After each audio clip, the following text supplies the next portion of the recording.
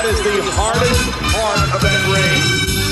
Austin 316 says I just whipped your ass. For the hardest part of the ring.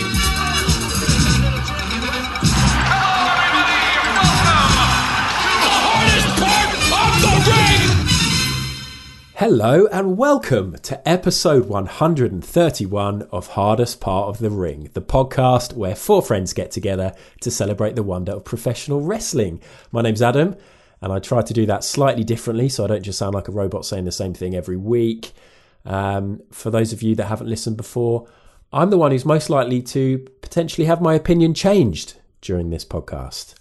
Up next is Sam, the one most likely to say something is really shit, even though it's good. Oh, that's such a shit intro. Hey, on brand, nice. Also here is John, the one most likely to say something is really good, even though it's shit. Whoa. This is a great intro, by the way, Adam. I like it. Okay, guys, can you tell that I got to my desk 2 minutes before recording today, so I actually had a chance to look at the running order, make a couple of notes. Listeners, you can decide whether or not it was worth it. Unfortunately, Brett isn't here today. He's really busy. He's currently in more demand than The Undertaker and Cameo. Oh, have you seen some of those videos? Oh, they are cringy. $1,000. Would you be happy with that? I don't know if I'd be happy. What do you expect for $1,000 on Cameo? I'd expect a knob out. I want a knob out. That's what I want. Could you imagine what the Undertaker's knob looks like? Oh. Do you think it's got a little Sarah tattoo that's been Crossed out and just says BSK on it? I hope so. Maybe tiny little druid knobs next to it. Oh. Blue Lives Matter down the shaft? This is the hardest part of the ring where you can hear about the Undertaker's knob and what we think it looks like. We've got 20 more minutes on this, guys. Let's crack on. Guys. Oh, okay, Sam's joke. Let's go. What is the one thing in wrestling that takes longer than the Undertaker's entrance? I don't know, Sam. What is it? The Undertaker's exit. Okay, I'm going to insert the laughter afterwards. Yeah. I'm going to do like a laugh track kind of thing. You're editing this part. I think we could go deep down into that. Why did you think that was going to be funny at all? I've had such a long week, and it's only Tuesday. Yeah. Spend a lot of time alone. Maybe I didn't deliver it correctly. What is the one thing that takes longer than the Undertaker's entrance? Same delivery so far. The Undertaker's exit. Oh, I actually did jazz it up a bit on the exit bit, though. Did your cat really enjoy this joke, Sam? I enjoyed the joke. This is what happens when we try and mix up the intro. We try and bring in some actually pre-written jokes. It's just not a good idea. We are fundamentally unfunny people who don't know a lot about wrestling, so here we go. Strap yourselves in. Yeah, new listeners, I hope you enjoy it. So last week we were supposed to be doing an undertaking. I think last week was a bit of a momentous occasion in the history of Hardest Part of the Ring, because for the first week ever, we just didn't do an episode. Sam and Brett were both way too busy, and usually John and I would try and pull something out of the bag. We'd do a little one-on-one chat. Maybe I don't know. In days gone by, we would have sorted something out. We didn't. I think we were all having a bad week last week. Yeah, I think we were. Sometimes I'd like to just screenshot some stuff in our WhatsApp and share it so you could see the true hurdles we'll have to jump over. Get through? You don't go through a hurdle, do you? You'd be pretty shit at hurdles if you go through them. That's a bold tactic. No, 100%. I have always had this theory. You know, like how Cool Runnings had the guy who was like, we just need really good sprinters to make the bobsled team work. Yeah. I've always had the theory that you just need a really strong motherfucker who doesn't care about running through hurdles and just absolutely bomb it and don't worry about the jumping.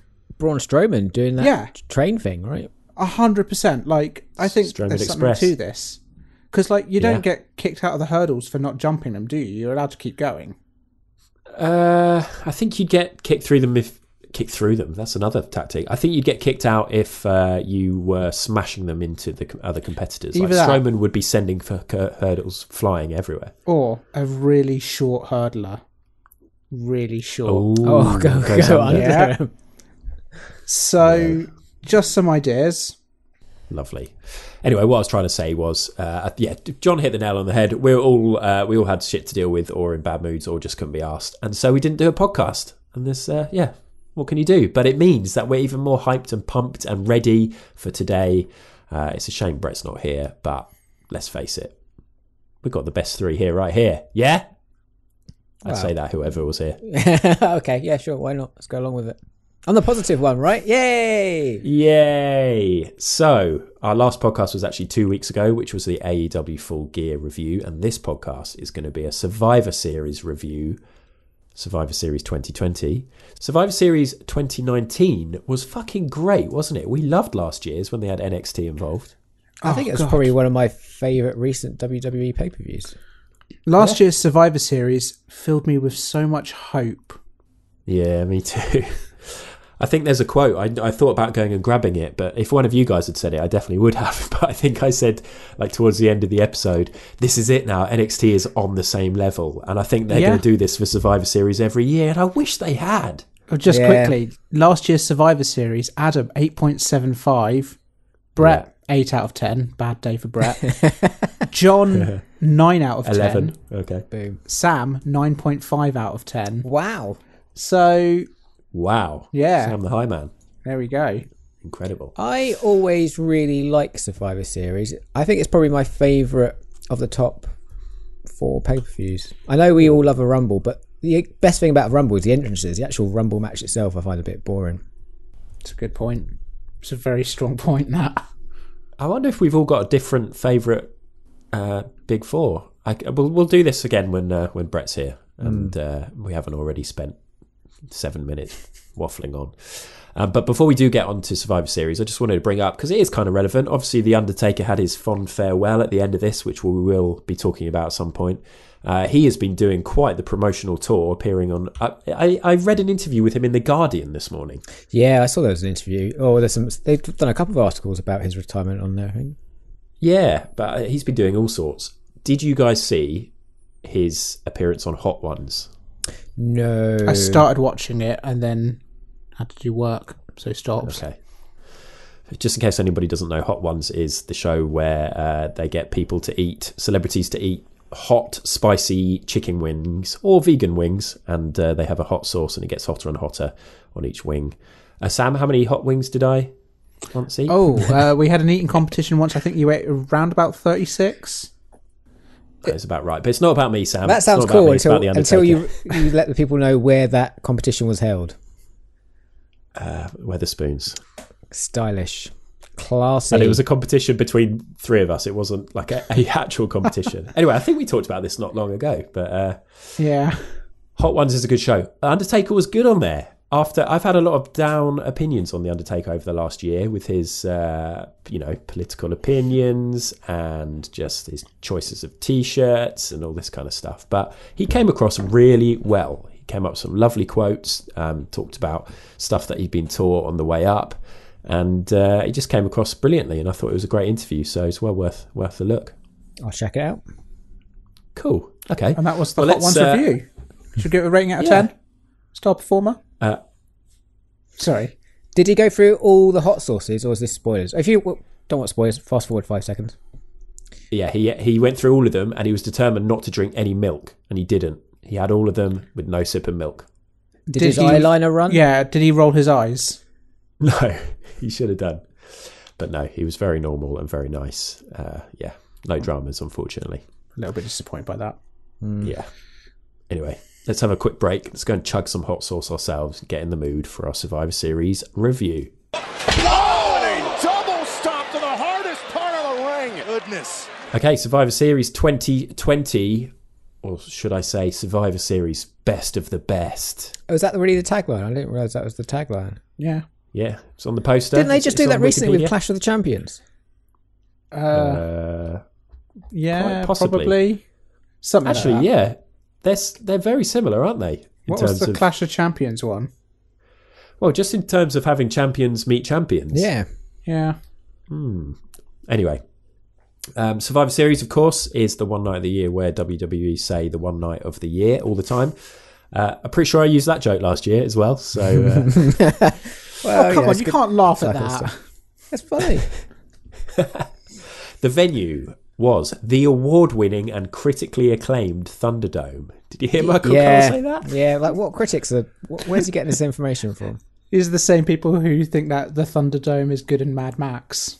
I googled this, and apparently WWE's public relations announced back in October that the company had received top honours for virtual fan experience at this year's Sportel Awards, an international competition recognising excellence in sports video presentation. Sam, you work in that industry. Do you know about this? I have actually heard of Sportel before, but Really? I would also say that I think this is what I would call a Perspex Award show. Oh, it's like sort of where you pay money to enter type thing. Give us $200 and we'll make up an award category that you won. Also, it says the company received top honours. It didn't say like they won the award or first place. It's like, oh, we had top honours. Yeah, we got some honours that were near the top. Yeah, that's weird. Anyway, I do think the Thunderdome is quite a cool thing for them to do, though, in fairness. Yeah. I would say it's the second coolest Thunderdome in media. That's fair. Okay. I thought you were going to say it's the second best form of audience, the first being real people, which is probably also correct. I mean, I don't know. I really want to see a wrestling show that's just surrounded by wild animals. Yeah, That or would be robots. really cool. Or robots. I'm sure that happens in the Deep South fairly regularly. The attendance around 1,000 screens, so they tell us.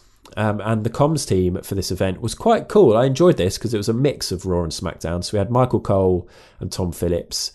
Corey Graves was there throughout. No, was he? Yeah. Yeah, Corey Graves was ever present. Yeah.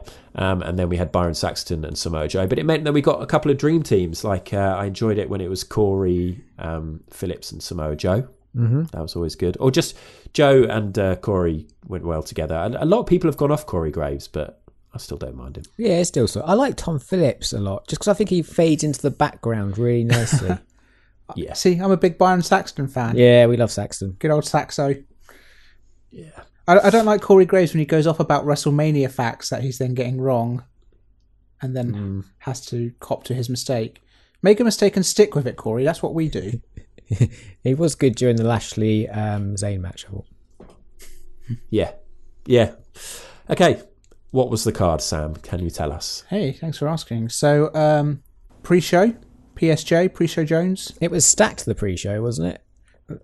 There was a lot on it. Was it? What's that? I thought, well, there was just a battle royal, wasn't it? Yeah, I thought it was just a battle Wasn't royale there as well. 24-hour, 24 match as well? Maybe there's a good. There was a 24/7 And that battle championship. royale had some incredible talent in it. John, can you tell us about the pre-show? We had a battle royale. I just know it had Nakamura in it, Jeff Hardy, Dolph Ziggler, Oh dear. other people. That guy in the trunks. That's sad, isn't it? The Miz eliminated Dominic Mysterio last to win and battle royale. Yeah, it doesn't really mean anything, does it? Not really. So that happened. On to the main card. Mm-hmm. We started off a traditional Survivor Series men's match, a 5v5. Team SmackDown, Kevin Owens, Jey Uso, King Corbin, Seth Rollins and Otis versus Team Raw. That was AJ Styles, Keith Lee, Sheamus, Braun Strowman and nobody. Sorry, Riddle. I don't want to give him airtime. We then went on to Champions v Champions. A lot of Champions v Champions on this Survivor Series. We had Champions v Champions tag team match. Street Profits versus The New Day, the Speed Formation, because they're not really a trio anymore. Although Big E was there. I was confused when Big E came out with them. I was like, what have I know I haven't been paying much attention over the last few weeks, but are they back together? But no. We had mid-tier title holders facing off of each other. Great Liberator, Sami Zayn, taking on US champion of the Hurt Business, Bobby Lashley. We had Raw Women's Champion versus SmackDown Women's Champion, Sasha Banks, taking on Asuka. We had the 5-on-5 Elimination Women's Survivor Series match, those being Team Raw, Nia Jax, Shayna Baszler, Lacey Evans, Peyton Royce, and Lana, apparently. Taking on Team SmackDown, that was Bianca Belair, Ruby Riott, Liv Morgan, Bayley, and Natalia. Did anyone else notice at one point as well, Michael Cole saying, oh, they founded the Riot Squad, and then name-checked Sarah Logan, who they made unemployed a few months ago. No. That's quite rare, them bringing up somebody like that. Yeah. Yeah, very unusual. Maybe she's coming back.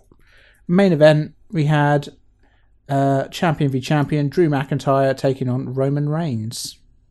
Okay, so our key matches for today are going to obviously be the two Survivor Series matches and then the main event. And then, of course, we'll touch upon Undertaker's fond farewell, probably after we've done everything. It's weird, isn't it? Because it was basically a pay-per-view. When I saw it was 3.5 hours long, I was like, oh, God. And I kind of forgot all about the Undertaker stuff. And so it's kind of like we're going to review a pay-per-view and then there's like a segment at the end. Yes. That is correct. I know, Sam, you text me last night when you still had an hour to go and you were like, how is Reigns McIntyre going to go for an hour? Yeah, I was quite confused by that. I thought it was just going to be a very slow match, but it was not. So let's kick things off then with the men's Survivor Series match, which started the whole show. I know WWE like to do this quite a lot. I say at the moment, it's been the last couple of years really kicking off with something hot, something big. But, I mean, in reality, this should or could have been the biggest and most important match, considering it's Survivor Series. I don't know. It would main event normally, wouldn't you? I don't know. I actually think it's a kind of a misnomer that the Survivor Series match is the main event of Survivor Series. Like, do you remember when we went back and watched 1990? The Survivor Series match was just kind of like a random hodgepodge of 10 wrestlers, or 8 at the time, I think. Yeah, I suppose, actually. I mean, Reigns versus McIntyre is real box office. And having a load of wrestlers that have been told that they've got to sort of come together to represent their brand in a storyline that's only, been thrown together over the last few weeks isn't quite the same. So before we get into this match, I mean, just sort of, based on a few of the things we've already said, basically, do you think you guys would prefer it, John, if they just went back to the whole getting 5 heels against 5 faces and not do this brand supremacy stuff that nobody really cares about? Obviously, we do give it pelters for the brand supremacy stuff, but at least when they do it, it adds something to the Survivor Series pay-per-view. Like previous years, they always have a little counter, like all Raw's up by 2 and SmackDown's chasing. With this, it had nothing, right? It didn't feel like there was no continual storyline throughout this pay-per-view whatsoever. And it just felt so thrown together. Like, we've got Survivor Series coming up. We need to put some Survivor Series matches together. I have a feeling that this Survivor Series, there was a plan in place to have Retribution versus the Hurt Business. And I think kind of it just wasn't doing what it needed to do. And so this was kind of like a last minute roll of the dice. I'm so surprised we didn't get Retribution in a Survivor Series match. It seems perfect for that. Does it though? Because people don't give a shit about Retribution, I guess. That's never stopped WWE before. I don't give a shit about Braun Strowman. He's still on the TV all the time. What? Sorry, Adam. Sorry. You don't mean that. It's so cool. I know you don't mean that. Yeah. I think kind of Team Raw showed up. Team SmackDown was awful. I didn't like this match. It had some good spots in it, but I thought, why have all this talent out there and just to have... I don't understand. We haven't seen SmackDown yet, so maybe it plays into that a bit more, but I just don't see what you get out of just whitewashing one team. At least have, like, Jay maybe pinning a couple of guys. Yeah, like the whole thing, because ultimately Team SmackDown falls apart when Seth Rollins decides to martyr himself, which... For the greater good. Is kind of like, oh, okay, what's the plan here? But then it turns out that Seth's just going to be off TV for a while to look after his baby. Yeah. His upcoming baby. And so, I don't know. It was like kind of, if you want to do a martyrdom kind of story here, that's great, but have it actually do something there. Have SmackDown win or something like that. Like, I don't know. It was a really weird choice. I don't think it made any sense. Yeah, I was really worried because I was excited about this. I think we all texted each other saying we were excited. Yep. And I was like, oh, cool, the first actual Survivor Series match. And this is going to be great. There's some brilliant talent in there. And then it was just, I mean, it was okay. There were some bits I really liked. I thought Keith Lee did some cool stuff. Kevin Owens came out with a load of stunners. That was good stuff. But it was, at the end of it, I was like, oh, no, are we just going to get a load of like good again, classic WWE pay-per-views. We've reviewed so many like this, where you just get a run of like good matches or okay matches. I actually really liked this match. I thought this was a good match. I'm with Adam. I thought there's some good bits, like the bit where Otis started throwing everyone around. I thought Otis was actually amazing in this match. He's sort of having a bit of a push since he's dropped the briefcase, and obviously like the finish, like when Keith Lee caught Jay. I could not believe that finish. It was insane. So good. It's just, I thought I liked it up until the bit it was just Jay, and I thought, cool, maybe this would be a nice bit for Jay to build his character. Maybe he gets a couple of pins and it builds into that whole Roman thing. Like, look what I've done, Roman. I tried, but I failed still. And you can still have the fact that he failed and he failed the family and stuff, but at least he has that win behind him a little bit. But then he didn't get anyone. Just don't see the I point don't of know. it. Like, I actually think kind of out of everyone in this match, Jey Uso was one of the few people who came out of it looking better than when he went in, because it did build into the further story. They had that promo later with Roman saying that people don't fear or respect him. And then Jay came out and had a big effect on the main event. I think it did work over the course of the pay-per-view, but in the moment, it didn't really make much sense to me either. But, at least it's good. It's not, if they'd just done, Raw lose a member, SmackDown lose a member, Raw lose a member, SmackDown lose a member, we'd be criticising that. So at least it's a little bit different, I guess. But, not memorable for me. Yeah, the same. I thought it was okay. But I don't think the level of kind of storyline talent in the match kind of would have justified SmackDown winning, to be honest. Like, I think kind of Sheamus, Strowman, Lee, Styles, they're all built up to be fairly close to the top of the card. Sheamus maybe not so much, but, Keith Lee is there or thereabouts. AJ Styles there or thereabouts. Braun Strowman's always kind of challenging for the title. Whereas kind of if you look at Team SmackDown, sort of... Kevin Owens and Seth Rollins? Yeah, that's it though. Like, Kevin Owens and Seth Rollins. Yeah, when's the last time Kevin Owens was a pay-per-view as well? Kevin Owens kind of has been doing well recently, but he hasn't been in the main event. Seth Rollins kind of, if he had turned up, could have been, but he did that crazy Hogan style just lie down. And then all of a sudden you've got Baron Corbin, Otis and Jey Uso, who, with the best will in the world, are mid-card at best. It just kind of, it wouldn't have made sense for them to win. No, that's fair. I just think, just give them a couple of pins just to make it interesting. Yeah, fair. Anyway, no point in talking about that one too much because, it's not really a huge amount to say. So let's move on to the next Survivor Series match, which came a little bit later, about halfway through, and it was the women's one, of course. The lead up to this, at least there has been a bit of a story, especially on the Raw side, with the whole Lana stuff, with 9 Samoan drops through the table. I quite enjoyed that little highlight package. They all looked identical. So great to see Nia Jax get into practice wrestling. It looks painful for her, that move. Yeah, it doesn't look fun for anyone involved. No. Also, should reference the fact that Comms pointed out, but Natalya in this, most pay-per-view appearances for a woman and most wins. Impressive. She's been around, hasn't she, Natalya? A long time. A long time. Every time I watch a Natalya match, I'm reminded by how much I dislike her as a wrestler. Yeah, I know. I feel bad because she has been such a great servant, right? Yeah. I don't want to see Natalya wrestle anymore. But to this match's credit, again, I actually really enjoyed this match. Although I did side with Nia and Shayna and all of the Raw women when I said, let's just keep Lana away from the match. I really hated that whole sort of bullying angle. That's the problem. If I sympathise with it, does that make me a bully? Yeah. Oh. Well, that's why it doesn't work, because, you're right. Lana's so unsympathetic. Like, I just don't like her. When she was standing there looking an idiot, like, I want this to happen to you. I don't like you, even when people are bullying you.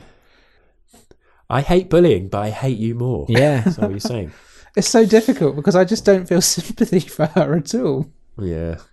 But I like this match a fair bit more than the men's. I thought it had a lot going for it in the sense that everyone sort of got their shot. They had some nice sequences, the classic sequences you get in Survivor Series matches where you kind of get like the windmill of people coming in, hitting somebody else comes and hits that person, and then you get the rotation and you're getting to see a variety of different moves. I really enjoyed quite early on the little sequence between Ruby Riott and Shayna Baszler. I thought Ruby got a chance to actually do some good stuff, which was nice to see. I really enjoyed Peyton Royce kick combos. Yeah, they were good. And a huge pin on Bayley. Her deja vu. Oh, the final cut. Bayley. Yeah, liked it. I like the bit with as well with the Riot Squad, Liv and Ruby sort of ganging up on Nia, sort of doing the quick tags and sort of trying to outwit her. Tag. Yeah, I thought that was really cool. This was a really great advertisement for the mid card of the women's division. Which, there's some really Plus cool some stuff in this. Superstars. And even like towards the end, like Bianca Belair just destroying everyone. Like I thought she looked amazing at the end. The downsides for me were just Nia. Like I feel like she no-sold pretty much everything in this match. It just bugged me. Like, why are you no-selling stuff? Come on. I liked Nia's performance in this, actually. I thought it was pretty good. And I liked the ending with the count out. Yeah.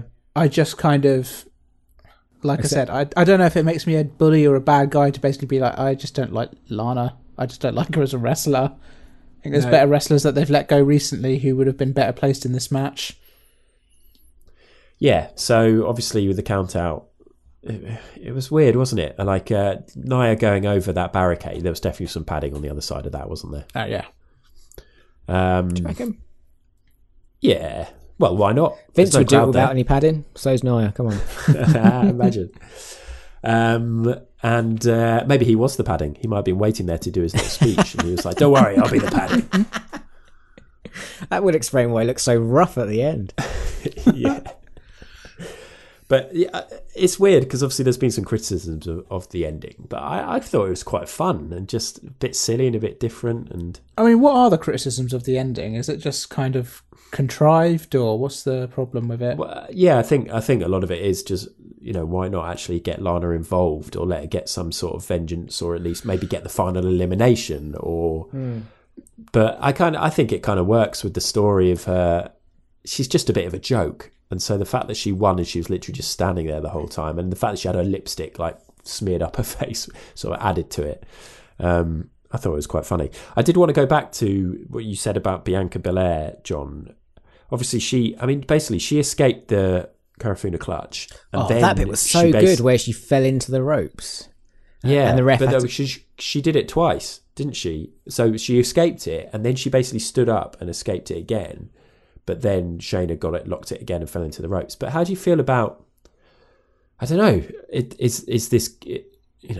Is it good for? It's obviously it's good for Bianca Belair, but is it bad for the move for the clutch? I kind of feel like the clutch should just be a bit more protected than that. No, because I mean the clutch beat her, right? She passed out. It's just she wasn't counted out because it was DQ'd. I think it still makes the clutch look strong. I thought that was a really good ending, actually. Yeah. The thing is that it worked well. They set it up with the Ruby Riott Kirifuda clutch. Oh, that bit was cool as well, where she passed in the pin. Yeah. Really well executed. And so kind of, it makes sense for like Shayna Baszler to try do it again. Doesn't quite have the same success. And then kind of they protected the clutch by having her get disqualified. Shayna Baszler got disqualified from a Survivor Series match for being too fucking violent and strong. That's great for her. Fair enough then. Although, I mean, again, you think she would have realised what was happening. She was right by the ropes. I mean, Shayna Baszler is a bit of an idiot when it comes to the clutch. The amount of time she's been pinned by putting people in it. You should see her trying to change gear in a car as well. Hey-oh. Lots of shit jokes this week on Hardest Part of the Ring. Although they all drive automatics, don't they, out there? They don't drive stick shift. Every single American's exactly the same. I thought there was a lot of good tag team work in this match as well, with Nia and Shayna kind of doing the distracting and keeping because that's what happened with the Ruby Riott stuff, wasn't it? Like Shayna was distracting the ref because Ruby had her in the pin for ages. Talking back about this match, there's lots of stuff I liked about it a lot. Yeah. But just the aftertaste, just didn't like that. The Spanish Fly between Evans and Belair, that wasn't the prettiest, and it just made me miss Charlotte. Where is Charlotte? She's injured, wasn't she? Time? I should never ask questions like this on this podcast. Yeah, we don't know, mate. We're just making stuff up. Charlotte has main evented like the last 4 years of pay-per-views for pretty much all women's stuff. She's having a John Cena break. I miss her moonsault. I've just made the mistake of just Googling the word Charlotte as if that's just going to tell me. It's brought up charlottetilbury.com. Not good Charlotte? It's Charlotte in North Carolina. No, good Charlotte doesn't even come up. It's not 2003, John, unfortunately. Anyway, I think Sam, did you prefer this to the men's? Or is it on a level? No, I think this was better than the men's match. I think both Survivor Series matches were good. I think this one was better. Yeah, good, not great though. They're not going to go into an all-time list of the best Survivor Series matches, are they? You guys are bringing me down here. I actually thought it was really good, but it sounds like, I think back on it, I'm like, yeah, it did everything it needed to do. I think the thing for me is that everyone really brought a level of energy to this match, which kind of really showed off their skills. Like, it was great to see Liv Morgan really kind of have a moment of like absolute kind of rushing down and going after everyone. I like Liv Morgan a lot. There's something about her, like a plucky underdog. I think her and Ruby Riott are probably back on the right track now. Yeah, I like Ruby a lot as well. Charlotte update. Apparently, it all depends on whether or not she's offered any outside work. She's got Hollywood aspirations. She's going to be using the name Ashley Flair for non-WWE booked roles. And a lot of it depends whether or not she manages to get any non-WWE gigs. So that's interesting. That is interesting. Yeah. Okay. Match.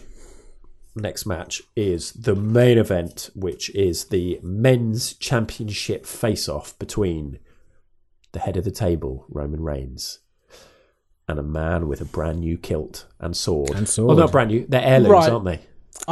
Which Sheamus came in, right? So angry at this because they claimed that like this sword belonged to Drew McIntyre's granddad, and I'm just thinking like, why would your granddad own a fucking Claymore sword? Like, he was Highlander. But I own a didgeridoo. It doesn't mean that I'm an Aboriginal. I could give a didgeridoo to my grandson, and that is still a fact that I've given him that. Feels didgeridoo. like it's a euphemism for something, though, doesn't it? It's up to his friends whether or not they read something into it. They could be like, "Fuck that! That guy's granddad was not an Aboriginal Australian." I it wasn't. I just went to Australia. Dislike the way WWE just feel like people from countries that are not America. You don't want to hear more on my didgeridoo stuff, no? No, I'm done with I'm didgeridoo with your didgeridoo stuff. Hey. Oh no, you didgeridoo. We're getting stronger throughout this pod, guys. I think it's getting better. It is. Yeah, I hate WWE, the way they treat any wrestler who's not from the US as kind of like, oh, you're from Scotland, here's a kilt and a massive sword. They might as well have just given him a fucking bottle of Iron Brew. It's just so like...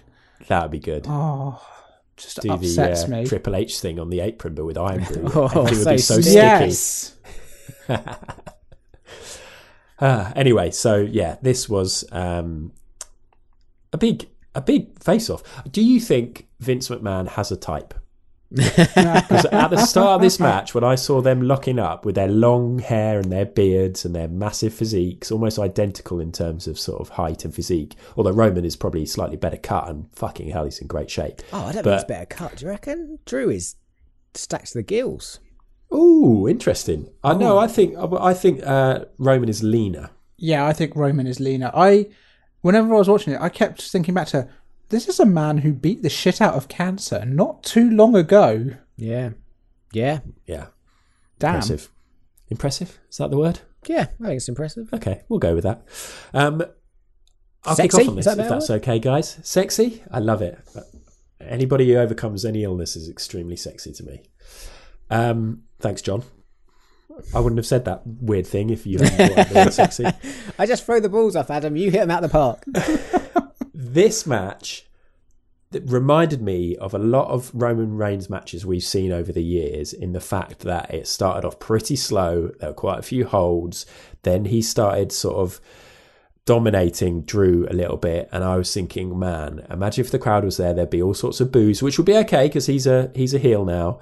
And I wasn't really into it. I made a few notes about it being slow. But then, when Drew McIntyre snapped into action and he tossed Reigns across the ring, further than I've seen Reigns ever been thrown, I switched, and I think the match switched, and I think it grew and grew, and we can go into details, but I thought it was fucking great, this match. Yeah. I 100% agree with you. I think this match was really fucking good. This match for me was kind of, for years now, we've been kind of getting Brock Lesnar versus blah, blah, blah. And it's kind of been a little bit like you've got one super powered wrestler versus someone else and you'll have a 4 or 5 minute match. And this for me just felt like the finally kind of having like a Brock Lesnar versus Brock Lesnar sort of just two real heavy hitters who are absolute powerhouses doing their stuff. And I really enjoyed it. I really appreciated that they gave it good length. They actually had a match. Yeah. Yeah. I think kind of my expectations were very, very low going in. Not from the wrestlers themselves, but from the actual kind of storyline. I didn't expect WWE to actually deliver us a 20-minute or 30-minute match. Yeah, because I think it was the longest match on the card, which is insane considering there's 2 Survivor Series matches. It definitely had that big fight feel, though, didn't it? Like, I think the build for this match has been great, and I think both of these two as champs. I love Drew as champ. I just think about him. He just commands the belt almost, and Roman is just knocking it out of the park recently. Even the way he wrestles, like, there's this cocky arrogance to like the way he pins people and the way he moves around the rings now. Yeah. It just wasn't there before. I just oozes cool. I was actually thinking going into Survivor Series generally is that a lot of wrestlers are starting to become like some of the best versions of themselves that we've ever seen. Like, okay, so Roman Reigns, 100%. Like, yeah, he's doing the best stuff since the Shield, and probably better than that at the moment. Yeah, definitely better. Yeah. Drew McIntyre at the moment, he's been killing it for a long time, but now he's really, really on fire. Sami Zayn, Bayley, Bobby Lashley, even Street Profits, and like kind of as if Street Profits have ever been bad, but Street Profits kind of really showing up to the show here. Sasha Banks, I think, is Sasha one of the Banks, best in the world at the moment.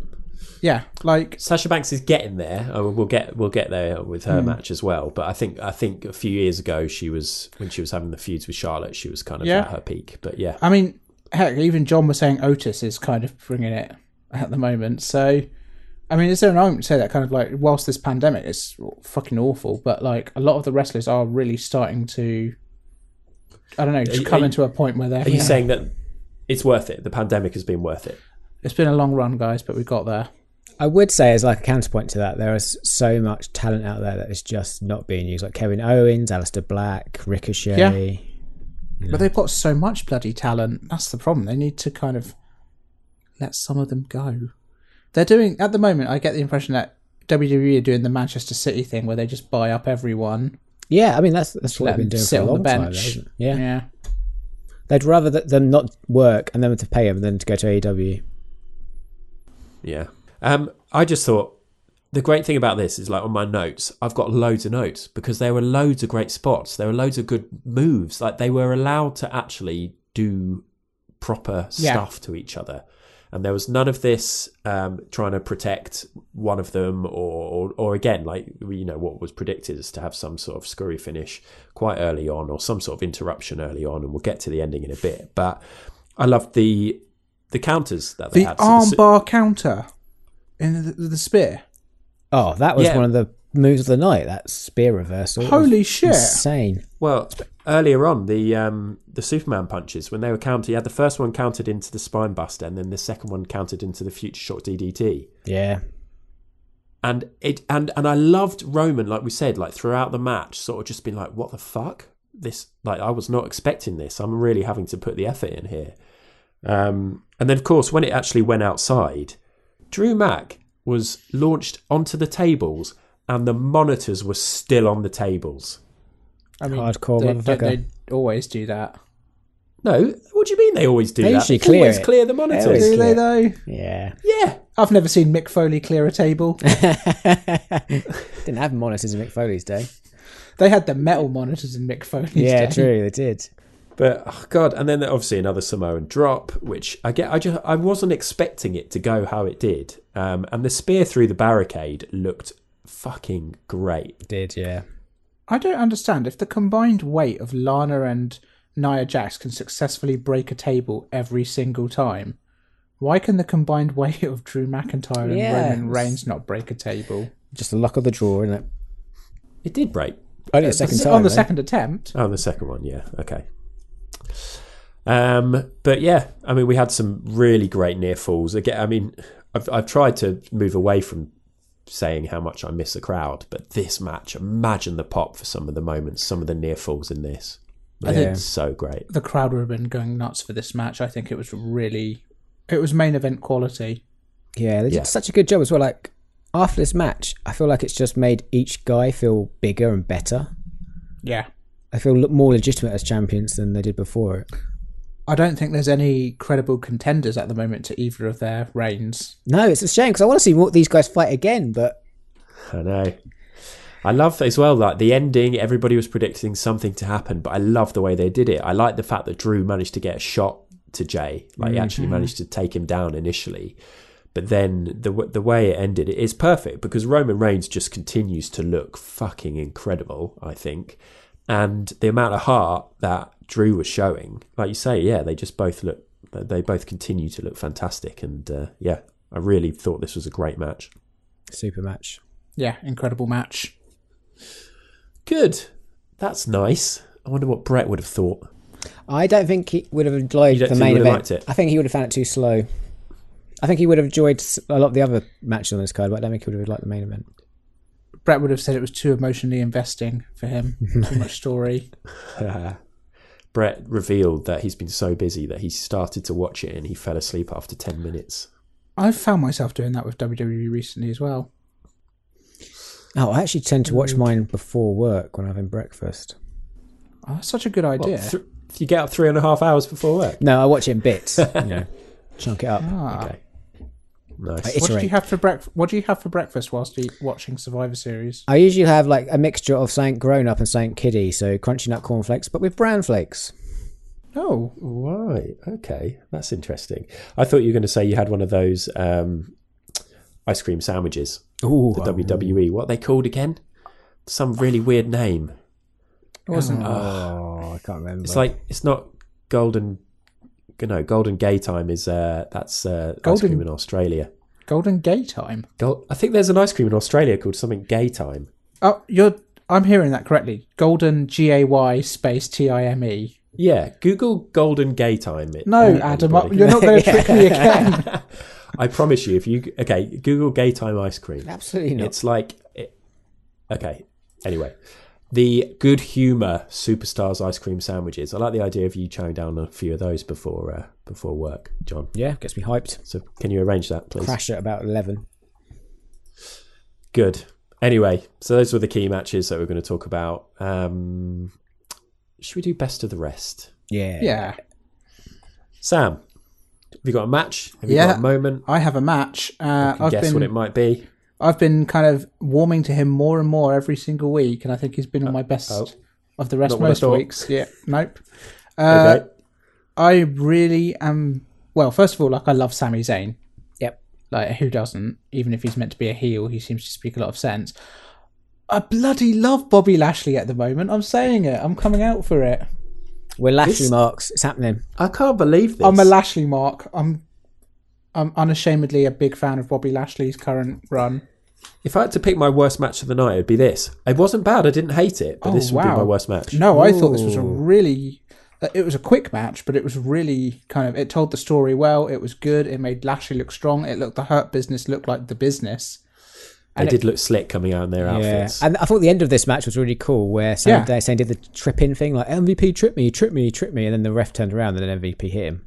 It did everything for 7 minutes long. This match did everything it needed to do. It made the Hurt Business look strong. It made Lashley look more and more competent, which he's doing every single time. It made Sami Zayn look more like a kind of a crazed heel, even if I don't think he is a heel. He just seems to be... He's a heel in the same sense that Daniel Bryan wanting to recycle is a heel. But, it did everything it set out to do, and I really enjoyed it a lot. I like this as well. I thought it was fun. I tell you what I did enjoy, but it kind of reminded me of an awful time was the old callback to the Vertigo when he got lifted up into the vertical suplex, because I'd forgotten about that feud that they had a couple of years ago. That run of matches. Can't believe that was a couple of years ago. Yeah, it's mad. But yeah, like I said, this wasn't awful, but it was probably my least favourite. But I think it kind of fit. It was fun because it was quick as well. Oh man, that surprises me a lot. I think it's just because I'm so pleasantly surprised to see Bobby Lashley, because he's been wrestling for so long. Yeah. And it's like, wow, all of a sudden, this has all just clicked into place. Yeah, MVP's really helped, hasn't it? Really has. Hugely. My best of the rest, and I'm guessing this will be yours, John. I nearly called you Brett. I'm glad you're going first, because there's two things I want to mention. I'm hoping you're going to mention one of them so I can mention the other one. It's got to be Asuka versus Sasha Banks. Mate, it has to be. What a great match. This is up there, again, probably joint match of the night with the main event for me. It was fucking great. And obviously, Asuka has been shit hot for ages now. She's been doing some great stuff, but she had a little sort of fallow period, really, for a little while after winning the women's tag belts, where she was sort of featuring, but she wasn't really getting any big matches. She's on the steep ascent to the top again. What a great match. The great thing about this is that it was technically amazing. It was mostly counters and reversals and some amazing holds right at the beginning and stretches. And it was just, they put on a real show. And they're two of the technically best wrestlers on this card, I think, in terms of what they showcased in this match. It was great. Yeah, I think that's why I liked it. I feel like they thought, well, we've done a striking match. Let's do a technical match. Let's just do loads of holds. I absolutely love that so much, because it's so often you can... I love Asuka, but like a lot of the time she can turn up, kick someone in the head, hip bump them, and then chicken Asuka lock, and that's it. Yeah. And this match was not that at all. This was a real kind of backwards, forwards, technical wrestling match. And I think kind of it hugely elevated Sasha as well, who I think kind of really needed that push. There were 2 counts all over the shop on this. It was so great. I love those kind of matches. Yeah. The last 2 minutes as well were just frantic, like reversal, pin, reversal, pin, reversal, pin. Oh, it was really good. To be honest, really good. I can't believe that Sasha managed to go into a pay-per-view as a champion and leave as a champion. I mean, the belt wasn't on the line. That's probably helped. Yeah, that was probably the most helpful part of that. Yeah. Cool. I think I like that. That was a quick review, a bit like the match, just in and out. It was a technically proficient review. Yeah, probably the most technically sound review of the podcast. Do you think? Sure. Things could get better. John, what's your other best of the rest then? So I want to mention the Jay and Roman backstage segment, just because I loved how it plays into this storyline. I can't get enough of this storyline at that moment. I think the whole Roman Jay thing is amazing, and I thought the backstage thing was just utter drama, and I loved it. I agree. Roman just looks great. Not 100% convinced about some of his t-shirts. I've now forgotten what it said in that segment. Didn't it say head of the table? Yeah, it sank around that, I think. Yeah, well, no, actually, no. Sorry. So I've got confused with on the big screen when he comes out, it still says, what is it? Turn up when? Yeah, show up, wreck the place, and wreck everyone and leave. And I'm just like, I think they thought about that before they came up with this head of the table stuff, because it doesn't really fit in at all. But anyway, that's I think this is Paul Heyman through and through, though.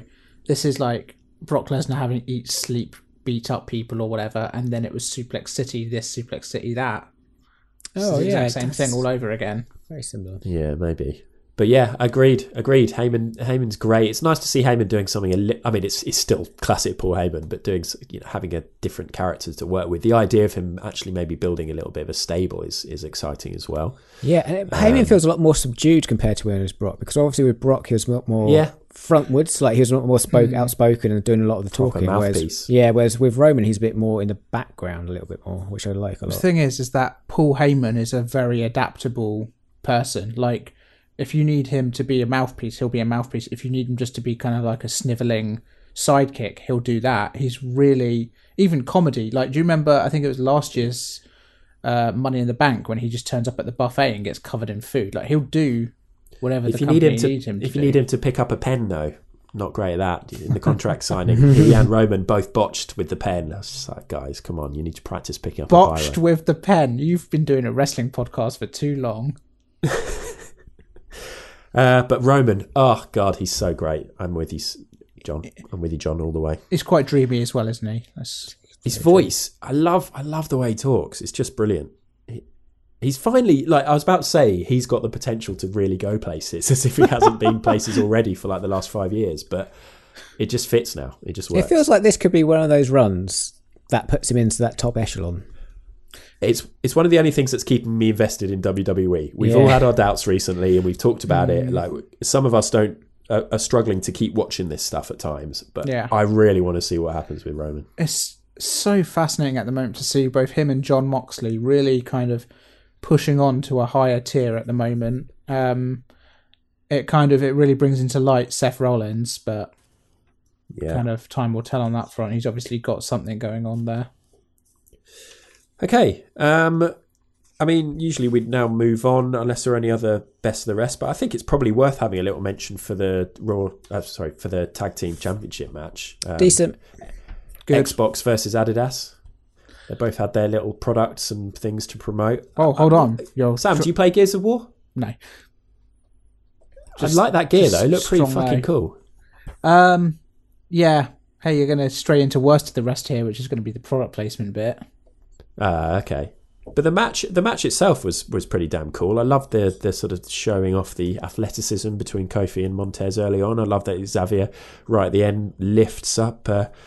Was it Dawkins or was it Ford? I can't remember. Whoever he lifted up, it looked fucking cool. And I just think that this was always going to be good. I think they can have an absolute classic at some point down the line, but it was always going to be good, and it was. Yeah, It was decent.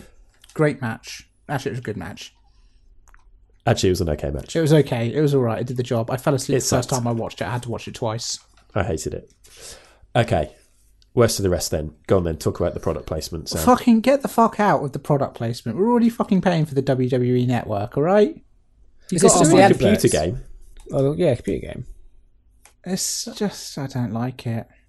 But there's like sitting on the comms table with a bottle of Mountain Dew, and there's being in a computer game. Okay, that part I can get behind. That's fine. That's New Day through and through. I don't like them kind of going on about how Street Profits sneakers are the Ric Flair version of some Air Jordans, or... It did feel a bit much because it was back to back, both in the same match. It was like, oh, and here's this computer game you can buy, and then also there's these trainers you can buy. And then, like, at some point, it cuts to like a Cricket Wireless advert with the Miz like going, "I'm awesome, I'm awesome," and you're just like, "Oh man, like we're paying for the WWE network here." Like, I do hate those, but I swear, like the last pay per view, there was like just a straight up Hyundai advert with no relation to any wrestling whatsoever, and those are the ones I can't stand. Like, yeah, right, I'm paying money for this. Why are you shoving adverts down my throat? But what we need to remember is in 20 years, there's going to be some young whippersnappers just like us, maybe even our children, who will watch this stuff when they're doing their own rewind episodes and go, God, those adverts were so funny. We love seeing the adverts in the old pay-per-views. Good point. Think about the future. I'm sorry. Positive spin on it. Do you know what? I wasn't thinking about the future. I'm sorry. You wouldn't be saying any of this shit if we got adverts to do on the podcast, Sam. You'd be fucking straight up talking about anything. Hey, if you want to buy Golden Gay Time ice cream, it's like a toffee crumble. You know the toffee crumble ice cream, the ice lollies. It's basically like that. Toffee crumble nice. ice cream. Toffee crumble is this stuff you can get. Anyway, no, I'm reining myself in. Don't need to go off on one about sweet shops.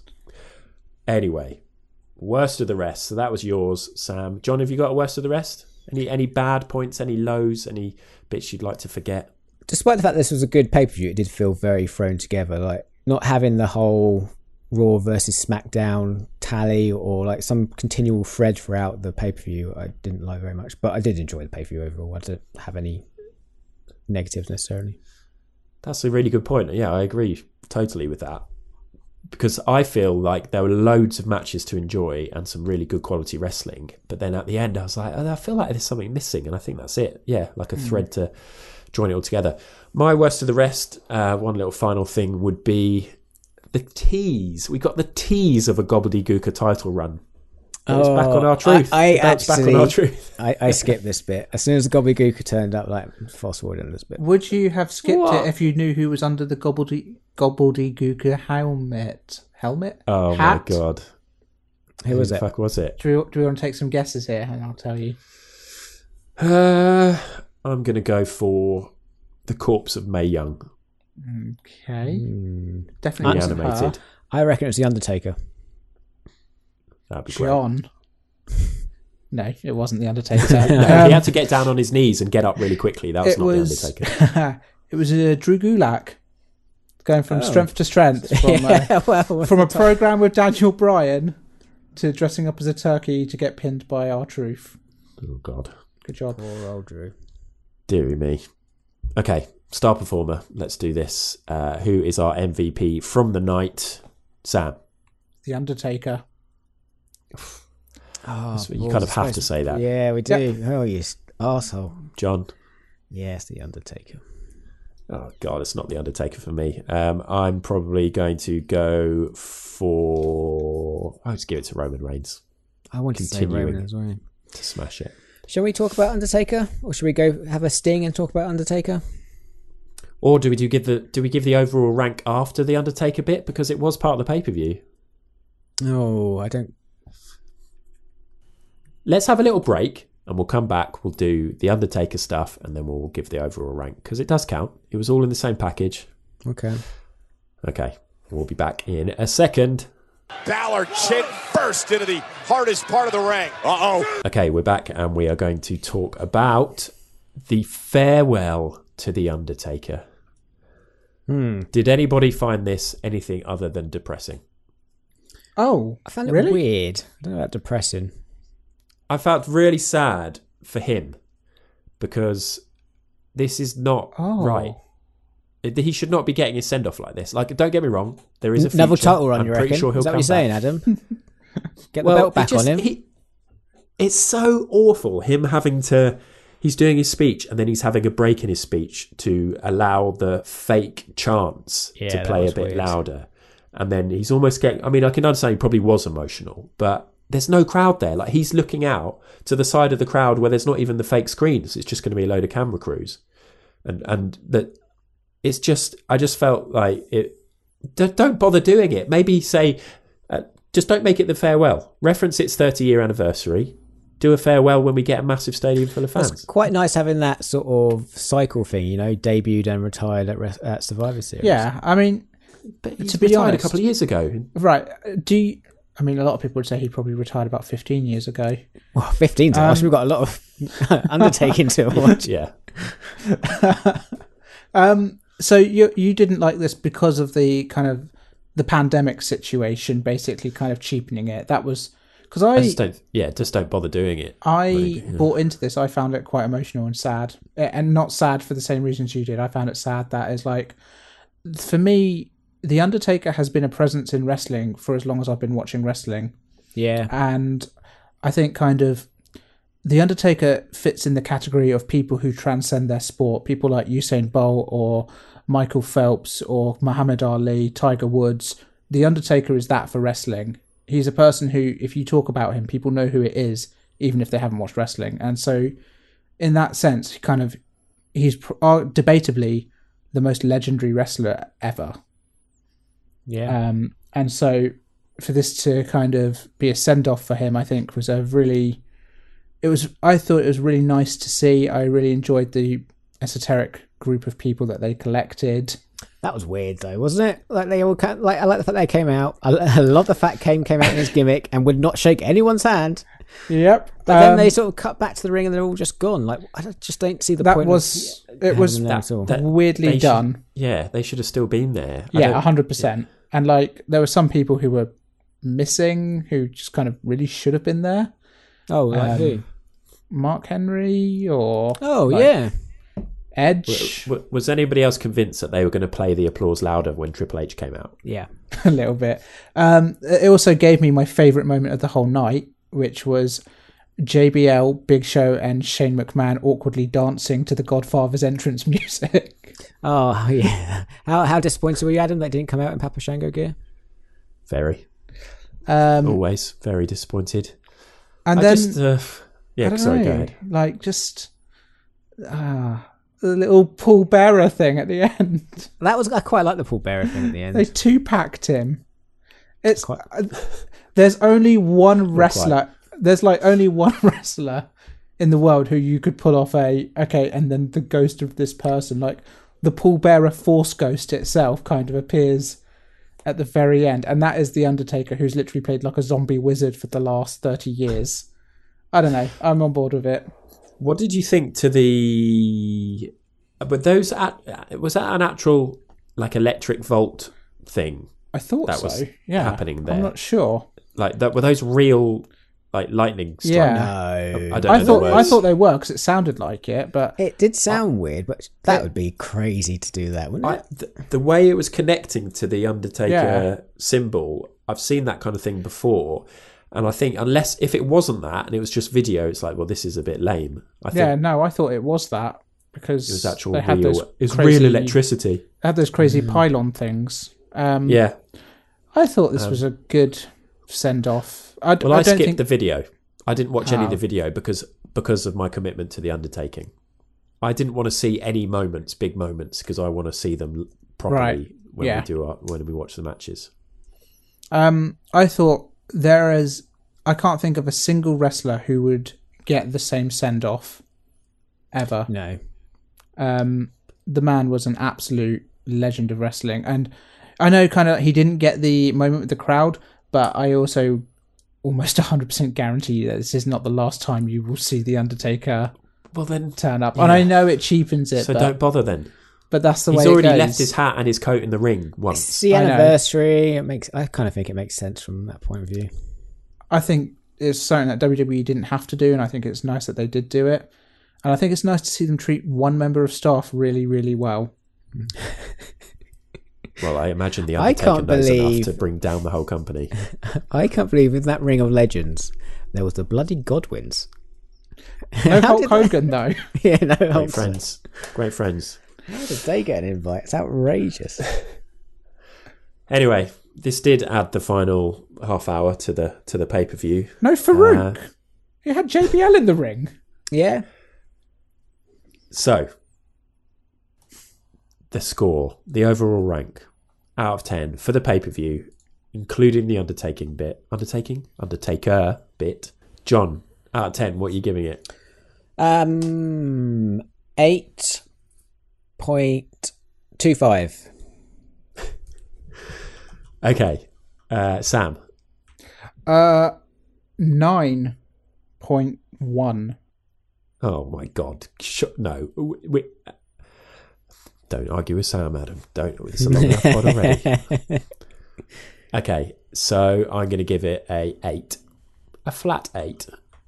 Enjoyable matches, but I doubt I'll remember much of it apart from the Roman Reigns stuff, to be honest with you. WWE Survivor Series 2020, an average of 8.45 out of 10. See, good. Nice round number. It's one of the Very best high. WWE pay-per-views this year.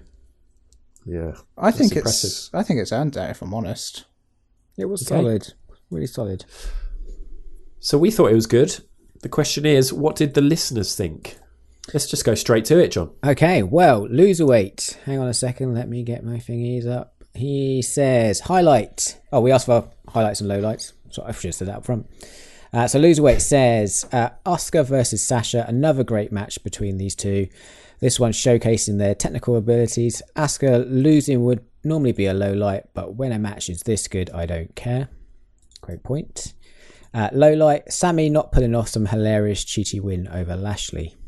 I love a bit of Lashley recently.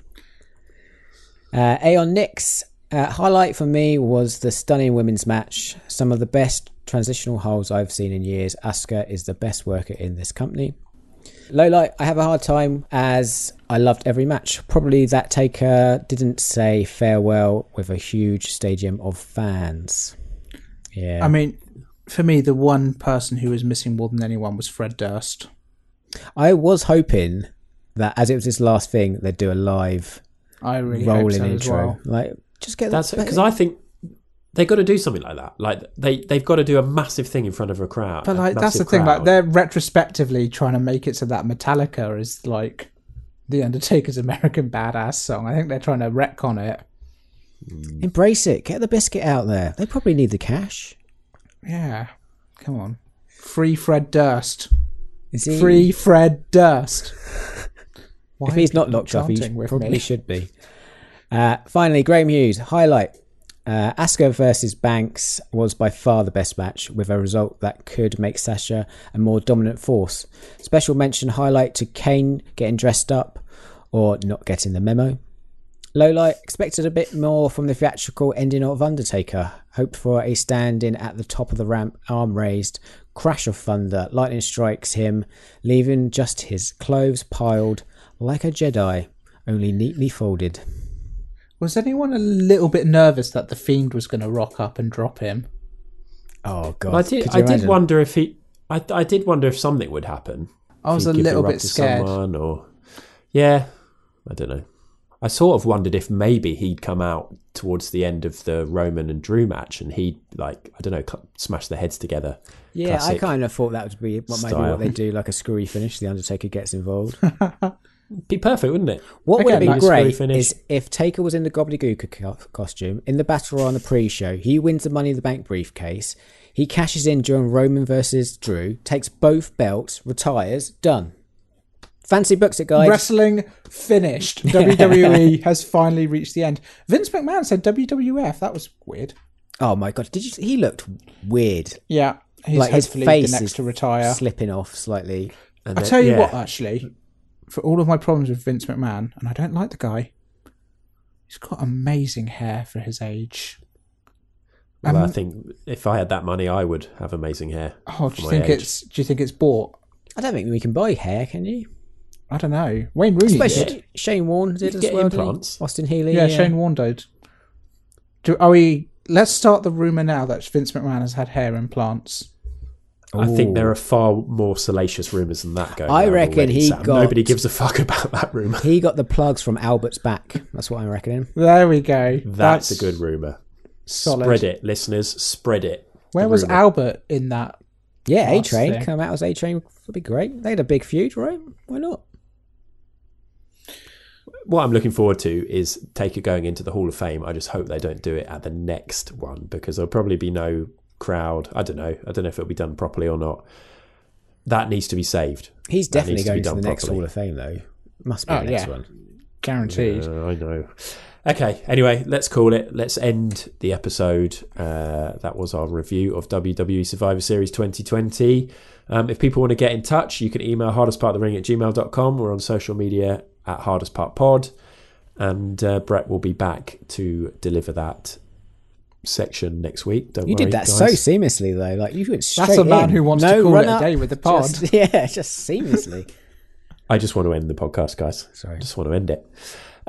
Thank you for listening and thanks for your comments. Graham and Loserway and Aaron, every week you can Without rely fail. on those guys. Without fail, we get comments from them and we very much appreciate it. Please do go and rate and review the podcast. It will help people discover it and that would be lovely for us and for them. And until next week, when hopefully we're going to be doing an undertaking. Sam? Yeah, maybe. We know I'm the not matches. We were supposed to do it last week. I'm sorry. I can see my notes on them now.